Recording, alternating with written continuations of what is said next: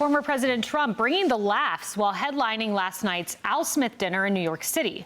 It's become a tradition for presidential candidates from both sides to speak at the annual fundraiser. And Trump did not disappoint with a few jokes at his own expense.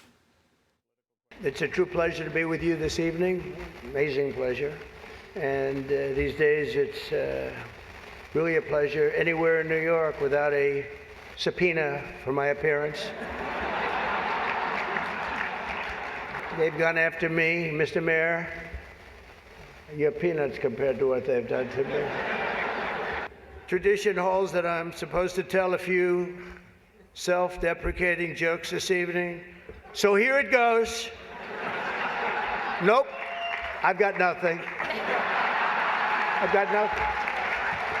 There's nothing to say.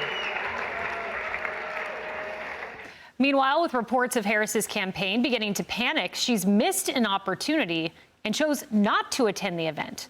However, Harris did send in a pre-recorded video that fell flat. It featured a former SNL cast member, and critics are calling it just straight cringe. The Al Smith dinner provides a rare opportunity to set aside partisanship. Oh, sorry. Hey, what's going on? Who was that? Oh, sorry, Mary Catherine Gallup. Mary Catherine Gallup. It's so nice to meet you. Very nice to meet you, Mary Catherine. Right now, I'm trying to record my speech for tonight's dinner. Oh, yeah, I know. I just want to say that I'm Catholic, and tonight is one of the biggest dinners next to the Last Supper. It is a very important dinner, and it's an important tradition that I'm so proud to be a part of. Sometimes when I get nervous, I stick my fingers under my arms and I smell them like that. But that's gross. Don't you see, man? We need a woman to represent us. Is there anything that you think that maybe I shouldn't bring up tonight? Well, don't lie. Thou shalt not bear false witness to thy neighbor. Just so you know, there will be a fact checker there tonight. Oh, that's great. Who? Jesus. So, Tammy, I think looking at this broadly, you have Kamala Harris. She didn't go to the dinner. She has been rallying. She was in Wisconsin.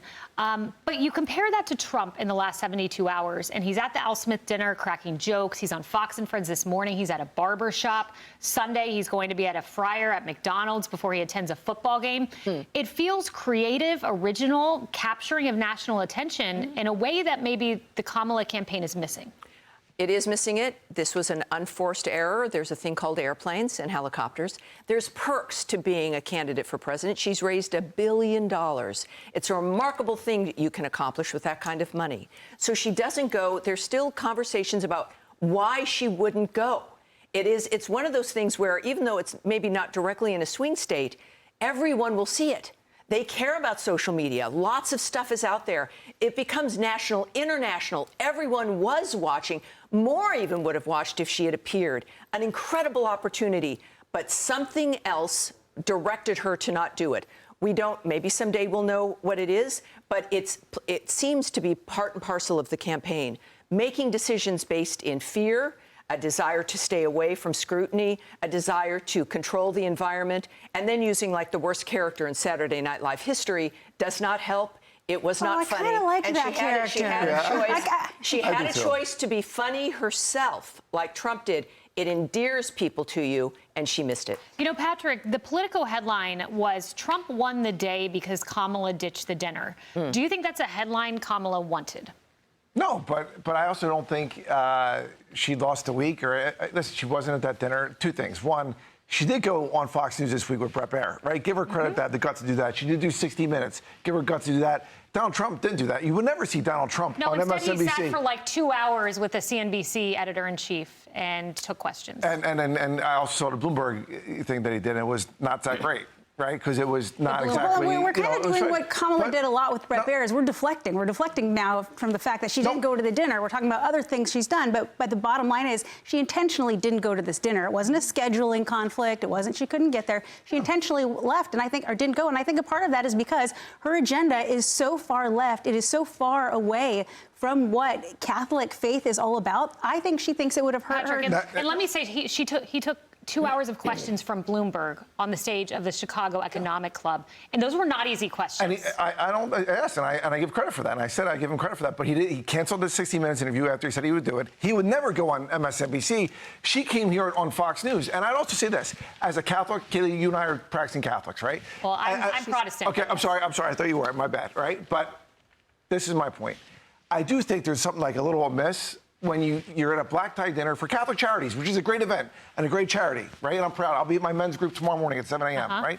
I will say they're laughing and yucking it up, right? At the same time, that's the president that demonized brown and black people. He's the one that separated families. He has not demonized black and brown people. Muslim countries give their legal... they demonized 20,000 Haitian American legal immigrants I am having a flashback to 2016 when the left tried to use the racism playbook. And newsflash, it's not working. All of the headlines talk about black men increasingly supportive of Trump. Latino, there was an article today, we put it up last segment, Latino men coming towards Trump and it giving jitters to the Kamala Harris campaign in Pennsylvania. So with all due respect, I think that talking point should be in the dustbin of history because it's not working this cycle. I can do hours on just the open border and how Kamala Harris and Joe Biden laid the foundation for cartels to profit off of human suffering and misery. And mothers and babies drowning in the Rio Grande just a few months after they took office, and they did nothing. So let's not walk down that road. I do want to talk about the strategy of not showing up for the dinner, sending a video where you team up with one of the most unfunny cast members in the history of Saturday Night Live and the most unfunny character. Like the pit sniffing was not funny when Mary Catherine did it the first time. Kamala Harris looks more robotic, not less robotic in that video. Then one of her rapid response to Trump being at the dinner was to rip on him for showing up. They sent out Donald Trump struggled to read scripted notes written by his handlers, repeatedly complaining that he couldn't use a teleprompter. It smacks of desperation. And any woman knows that desperation is the world's worst cologne, or in this case, perfume. Yes, my personal view, Trump revealed this morning that there was no teleprompter use allowed, and that might have been a hiccup for Kamala Harris. My personal view. Hey everyone, I'm Emily Campagno. Catch me and my co-hosts Harris Faulkner and Kayleigh McEnany on Outnumbered every weekday at 12 p.m. Eastern, or set your DVR. Also, don't forget to subscribe to the Fox News YouTube page for daily highlights.